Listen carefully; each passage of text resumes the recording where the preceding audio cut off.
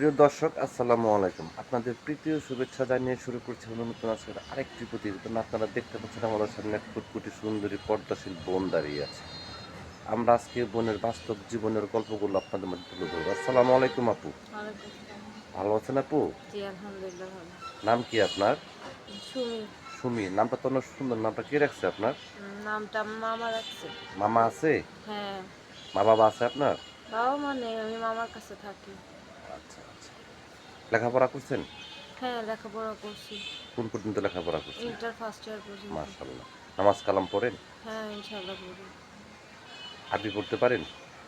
হ্যাঁ, টুকটাক করতে পারি। আচ্ছা আচ্ছা। তো আপনি স্টুডেন্ট মানুষ, ইউটিউবে কেন আসছেন? ইউটিউবে আসছি, বাবা-মা নাই। বাবা-মা ছোটবেলায় রাইখা মামার কাছে চলে গেছে।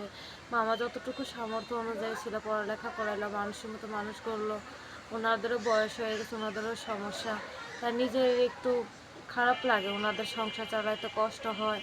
হ্যাঁ, একটু যদি কখনো হেল্প করতে পারতাম তাহলে মামাদেরও সুবিধা হইতো, তাদেরও বোঝা একটু কম হইতো। আশেপাশের মানুষ প্রতিবেদন করে নাকি বিয়ে শাদী করছে, লাইফটা সেটেল হয়েছে। হ্যাঁ, এর জন্য ভাই চারদিকে দেখে শুনে একটু প্রতিবেদনে আসছি। আপনি কিভাবে জানেন ইউটিউবে কোন মানুষ পাওয়া যায়? আর এরকম হয়তো আমাদের আশেপাশের মানুষ ২-৩ জন বিয়ে শাদী হয়েছে। আবার আমার একটা ফ্রেন্ড আছে, বান্ধবী, উনিও প্রতিবেদন করে মনের মতো মানুষ পাইছে, বিয়ে শাদী হয়েছে, ওনার দায়িত্ব নিছে, এরকম মানুষ পাইছে আর কি। আপনার বয়স চলতেছে কত? আমার বয়স ১৯ বছর। 19 বছর। জি। তো আপনার কি বিয়ের প্রস্তাব আসে না? হ্যাঁ, বিয়ের প্রস্তাব আসে, কিন্তু আমি চাই যাতে হ্যাঁ এই লেখাপড়াটা একটু কন্টিনিউ করতে। মামির একটু যদি হেল্প সহযোগিতা করতে পারতাম তাহলে একটু ভালো হতো। আমারা যেহেতু সন্তানের মতো করে ওনারা বড় করছে, ওনাদের জন্য কিছু করতে পারলে ভালো লাগতো একটু। এই তো ওনাদের বাবা-মাই ভাবি। আচ্ছা আচ্ছা। তো দেশ বিদেশ থেকে অনেক ব্যক্তি আপনাকে ফোন দিবে, ঠিক মতো কথাবার্তা বলবেন তো? হ্যাঁ, অবশ্যই কথাবার্তা বলবো। কথাবার্তা বলার জন্য প্রতিবেদনে আসছি। যদি কোনো ভাই মায়া মহব্বত লাগে, পাশে দাঁড়ায়, তাহলে অবশ্যই কথা বলবো। কিন্তু মানুষের মতো মানুষের কথাবার্তা বলবো। ঠিক আছে?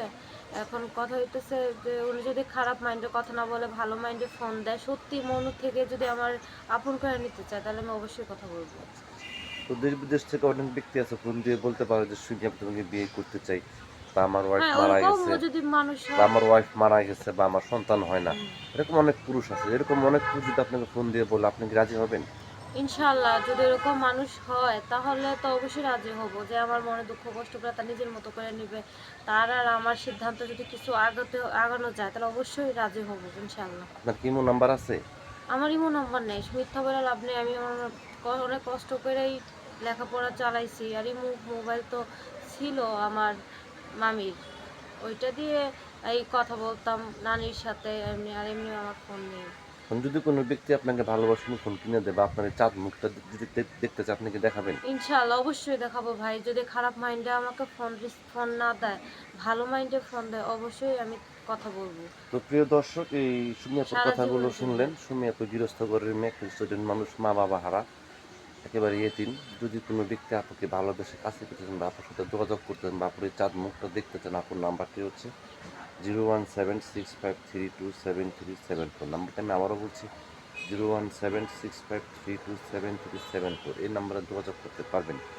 প্রেম, ভালোবাসা, সাহায্য, সহযোগিতা, যেটা খুঁজুন সেটা আপনাদের একান্ত ব্যক্তিগত ব্যাপার। বেশি বেশি করে নামাজ পড়েন, বেশি বেশি করে দেশটাকে ভালোবাসেন। ভালো থাকেন। আসসালামু আলাইকুম।